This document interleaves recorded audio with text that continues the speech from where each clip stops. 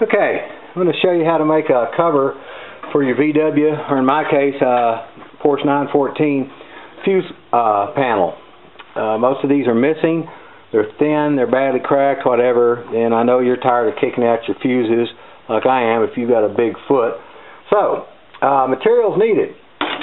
You're going to need some 1/8" acrylic plexiglass. This particular piece is 6 3/8 by 3.5 inches. You can try working with Lexan if you like. It is a royal pain in the butt, and I don't see any advantage in using it.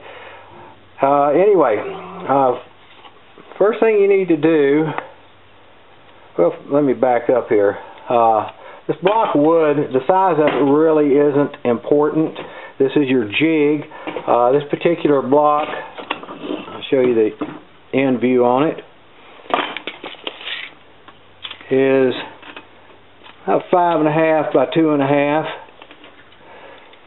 and this one is 12 inches long. Length doesn't matter as long as it's longer than 6 3/8 the piece you're working with. Right here I have a 1x2 with a couple of screws in it and washers. The reason I have the washers is I have the bevel head screws. If I don't have a flat washer, the first time you tighten it down, it's going to split the wood. A couple of 1/2-inch pipe clamps with screws in it. These two I keep tightened down, these two fairly loose.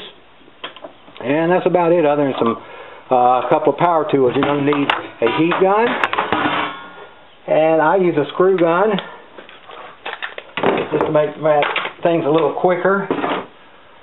So, first thing you're going to want to do is peel off this protective layer.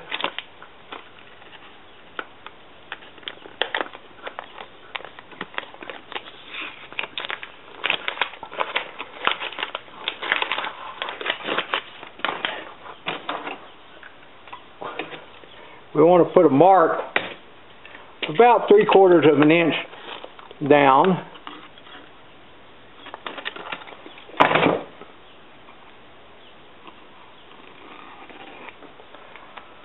It's going to be your bend line.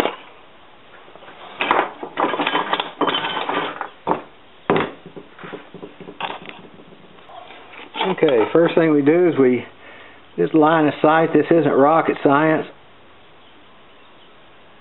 On up your mark and tighten her down.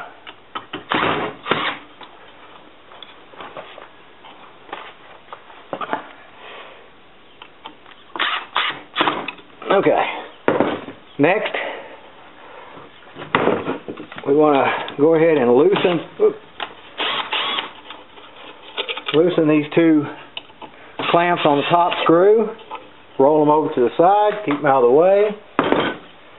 We get our heat gun, and it's just before I start the heat gun, I'm going to tell you it's just a matter of working this thing back and forth across here to get it hot before it will bend. As you're heating it, if you keep a little pressure on, I'll show you, I've got another attachment I use. You can use whatever you like. You'll feel it as it gets ready to bend, and just keep working it. Keep it moving constantly. If you overheat it, the worst thing you're going to do is you're going to get some bubbles in it, but it's not that it won't be functional. What I like to do is I have some old pieces of 1/8" aluminum strip that I like to use to make the fold. Now, it's important that on this other side here, you use a spacer here. Whatever the thickness is, if you're working with 1/2 inch, then use a 1/2 inch down here. This is 1/8 inch. So I'm just using a piece of it to space that.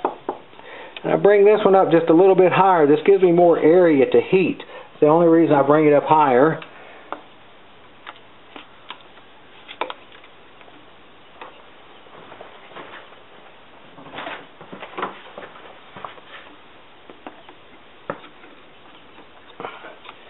I come back on this back side. Sorry I don't have the camera set up to show you this, but I checked to be sure that my spacer here, that I have an 1/8 inch on this other side. You can probably see it moving in here.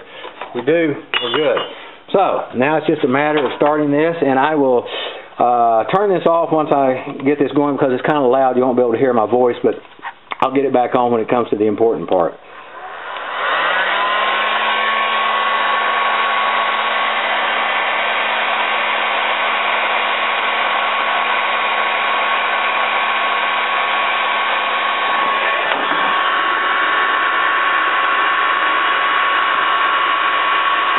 It's going to take about 3 minutes. So I'm going to go ahead and pause this at this point and keep working this, and I'll bring it back online.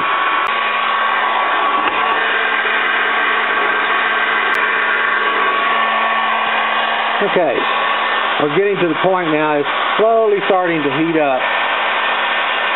You see the jiggle here. It's still a little bit cool. Just about there. And when it happens quickly.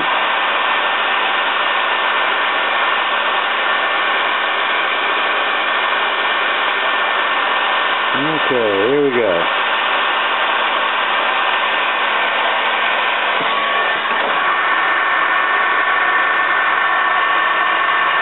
There we go. See, just the weight of the clamps. The way the clamps are making it come down on its own. Really helps to be able to heat both sides. You do it however you like.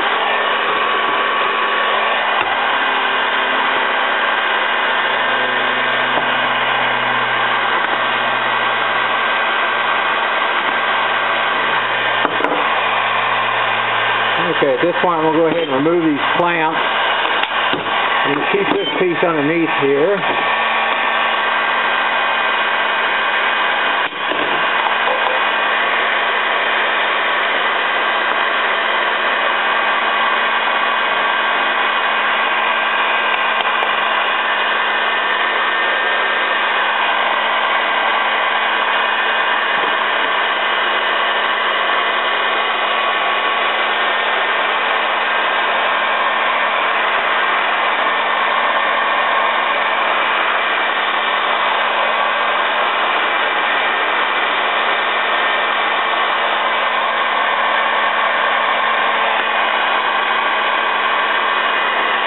Okay, I'm going to pause the camera quickly.